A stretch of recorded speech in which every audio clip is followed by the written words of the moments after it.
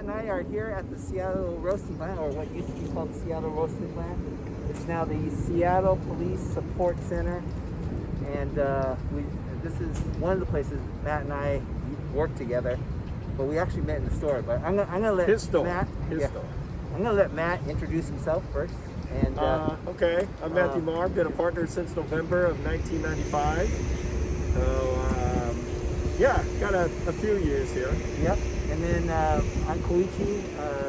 Been a partner since September 17th of 1995. So I got a couple months on that.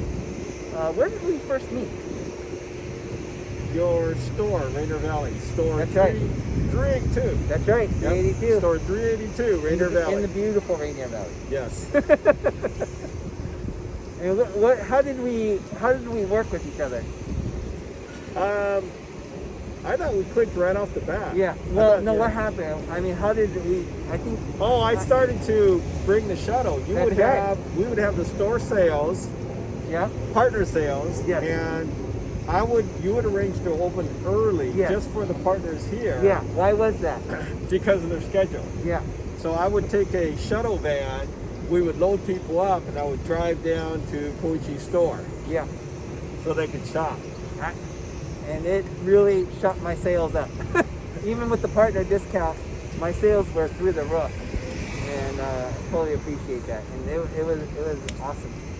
And then I think you would also come to my store for your markout. Yep. And so that's how we met. That became my home store. Yeah. And then I think we sort of met. We really didn't know each other that well, but I think we met on a dragon boat. Yep. In '96 somewhere, and that's after I came back home from Japan to open up Japan, and then I started managing that store. And then Kelly Covington put me on a dragon boat, and I think that's where I ran into you and Virgil and a bunch of other people. Tell us about what dragon boat and Starbucks means to you. Dragon boat was fun. There's a lot of competition. You gotta you don't have to be an Olympic athlete because it's basically all about teamwork, and everybody's got to be together. Yes. And you were a steersman. Oh my That's God, right. best steersman around. This guy did things that I didn't think was possible. I'm telling you, man. I mean, it was so much fun. It was. The relationships that we built there. I mean, when you look back at the original group with Virgil Jones and Leslie. Yeah. And CJ and Michelle Heinrichs and all those people we met back then. I mean, we still have those relationships. It's so awesome. I love that. I love that we continue to do that. But then, somewhere along the line, I left retail to come to work here, and that's when I ran into you. What were you doing at the time when I got here? When I came on board, I was facilities role. Yeah. And I'm still in the facilities role. Yeah. I just do a little bit different kind of the same, kind of different. But yeah. So. And your office, you had an office on the. I had a storeroom. That's right. I had a storeroom. It wasn't an office. That's it was a storeroom. And I had a milk crate for my chair and a broken two-drawer file cabinet for my desk. Yeah. And I didn't have a phone. I had a pager, so every time you got a hold of me, I had to run and find a phone to call you back. That's right. Yeah, come a long way. And I came in as the plant coordinator, supporting Denise Bakken, who was the plant manager. And when I first came here, there was a panel interview with lots of partners. I mean, from every shift and from every department. Toyo Johnson was one of them on the panel. And somehow, by miracle, I got in and started working here as the plant coordinator. And every morning I would walk through those doors right there, and I would make a hard left into what our offices were, and then beyond that was the distribution and the roasting facility. And we had 4 roasters? I think it was 4. It wasn't quite 6. thought it was 2. Was it 2? No, I don't know. There's 4. There's 4. I can't remember. That was so long ago. And we were doing pretty good until we just decided to go over more than 1,000 stores. When we got to 1,000 stores, then we know we had to get serious, and we opened up Kent Roasting Plant. So we closed Seattle Roasting Plant. I think that's when, Matt, you moved to the SSC. The SSC, right? And then I moved on to KRP, and then we went a while, and then we met up again at the support center. Just, I want to say it's 2002. I'm sorry, I want to say it's 2001 because we had 9/11 occur, and no, I'm sorry, we had the earthquake occur, and we had to move out of the sports center, and then we had to move back up here to the second floor. Yeah. And so that was a lot of fun. I was back at the roasting plant, and then we got our offices restored, and then we moved back to the support center. So it was an interesting ride to go back and forth. But good old SRP. It was a lot of fun. Yeah, SRP was a lot of fun. Yeah. And we really had. I'm not saying that we've lost the art of roasting, but those guys, those roasters, the fact that they could roast by hand without a machine. And Leslie, she was so awesome. Oh yeah. I watched her pull a scoop out and look at it in the light, and she thought it was good. She ran it through that thing that measured it with the laser, and it was right on the money. Yeah. Oh, beautiful. Absolutely beautiful. It was amazing. And I know we still do well at coffee, but at that time, that's when I looked at and really went after the fact that we put a lot of work into making the best coffee. Yeah, there's so much manual work, labor with the bags and everything. Oh, remember that? Yeah, remember that? Oh my God. Incredible. I remember seeing Marina out there, Marina McKay, folding them bags by hand, using the tape gun to seal it. Yeah. Oh, yeah. That, and then we had this thing called 1-800-Starbucks. So this is way before the internet.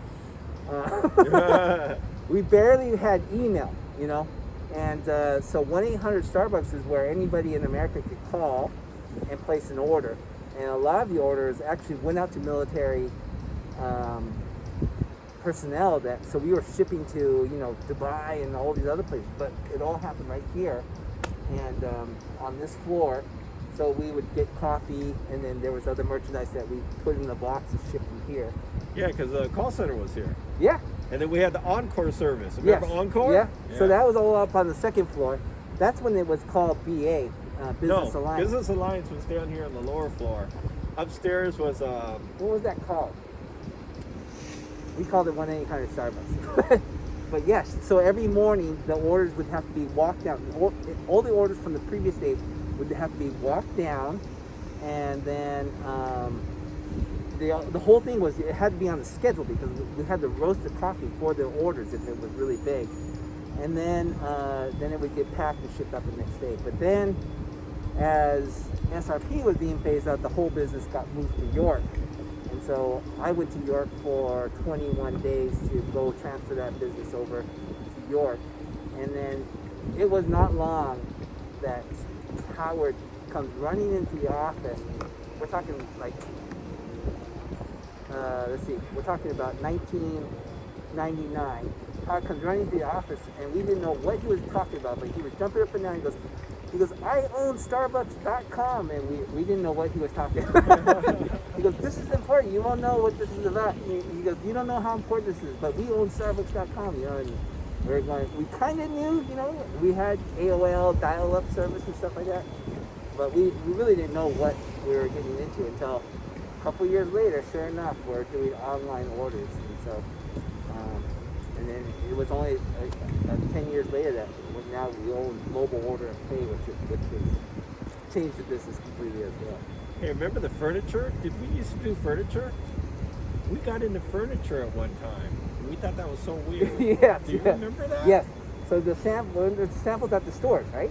No, it was just a furniture line. I don't remember that. I remember the ones at the store, and we were thinking about, hey, big purple chair. So much. You want to own this? you can buy from here, you know. I remember something like that. Yeah, and I remember Tully started to copy our stuff because yeah. Tully's was right around the corner. Yeah. And they started to copy our store, so then we turned around and started designing our own furniture. Yeah. Remember that? Because I mean, you'd walk into a Tully store, Yeah. you couldn't even tell the difference between Tully's and Starbucks because they basically copied us down to the lampshade. Speaking of furniture, I still have 2 chairs that were in the cafeteria with the yellow ball on it. Oh, yeah. I still have 2 of those in my kitchen. Oh. So Toyo says, hey, they're getting rid of it. They're throwing it in the garbage. Like, oh. So I ran down here and I grabbed 2 of them, and it's so funny that I still have them in my kitchen. We still use them. But, If I had chairs like that, I would never admit it. Yeah. But it was good times here. We had the ice cream machine. Oh yes, Yeah. the vending machine. Yeah. And the trips to the wholesaler to go get the ice cream in Rainier Valley. That was interesting. Yeah, we had some really good times in here. We did, and it All the water main line breaks. Yes. Remember that? Remember when that didn't used to have a wall there? Yeah. I remember one of the smaller dumpsters. We had so much water flood over there. And Yeah. that kind of goes down. That one of the smaller dumpsters floated by that window. Yeah. And then we'd have to lock the restrooms up. Yeah. And then we had fires here, like big fires, like boom, you know, they were amazing. But yeah, this is actually Howard's first office was here until we forced him to move to the support center. But this is pretty much where I call this home pretty much. That's sad to see him go. Yeah, absolutely. Yeah. I mean, Kent is really nice. It's state of the art. And then when you go to the other ones, like York, you definitely know it's state of the art. But this, again, I feel like this is where the art was. There's so much manual stuff, that's why. Yeah. There was actually a lot of manual work, a lot of hands-on, and a lot of TLC was put into everything that was done here. Yeah. Manual, like physically lifting the bag. Yeah. Oh my gosh. Yeah. Yeah, you could do like 4 of those and then you're done. Yeah, they used to lift the burlap bags up and pour the beans down into that graded area. Yeah. But we had a couple of like UW football alumni that worked for us, and man, they would like pick those things up. I was like, are you crazy? It was amazing. Yeah, good times. It was good times. Thank you for the good times, and it's weird times right now. We're both wearing masks. We've got COVID going on. We've got fires going on. It's interesting, and virtual celebrations. So I plan to do my celebration virtually instead of in person, but this is what it is. And I always say I would never recommend anybody my particular Starbucks journey because it's been crazy, but I wouldn't trade it for anything. It's been an awesome ride, and I hope it keeps going. But I try to, whatever happens, I try to at all times take it for what it is and enjoy it as much as possible. So COVID being what it is, it's been a great experience. I hope it ends soon, but it has been quite the experience. Yeah. Thanks, Matt. All right, man. Yeah, we'll see you. All right. Thank you.